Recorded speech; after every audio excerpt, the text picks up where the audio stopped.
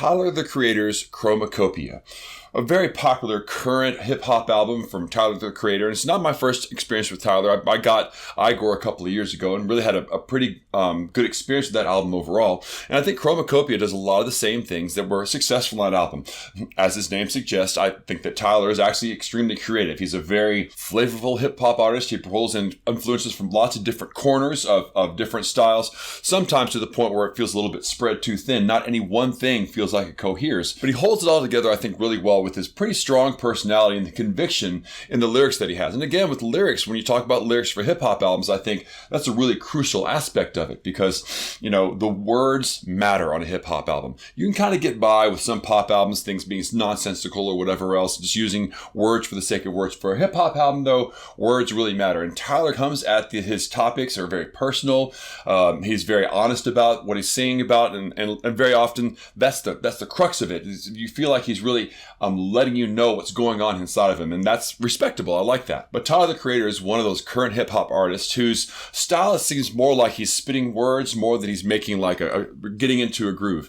And there are many hip-hop artists who currently do that, not the least of which is Kendrick Lamar. He's brilliant at that. But for me personally, I am much more invested in hip-hop artists who are really interested in getting into a groove and making the verbiage that they use be part of that groove. And Tyler, the Creator, is very good with his lyrics word for word, but they kind of go over the beat sometimes and think about longer phrases rather than getting into a groove. It's just a different style. But for me, I don't tend to connect with it as much. And the other thing about Tyler, the Creator, is another contemporary hip hop trend that again, it's just for me personally, I'm going to sound like a real big fuddy-duddy putting this out there, but there's a lot of profanity on these albums, and there's always been profanity in hip-hop. I mean, as far back as, you know, the Chronic, those albums early on, especially those early gangster rap albums, had a lot of, it became characteristic of the style. So I appreciate that is appropriate for this style of music, but there's so many F-bombs and B-words and N-words that when I'm listening to it with my kids in the car, it's a constant stream of just turning it on and off. And I'm not above having a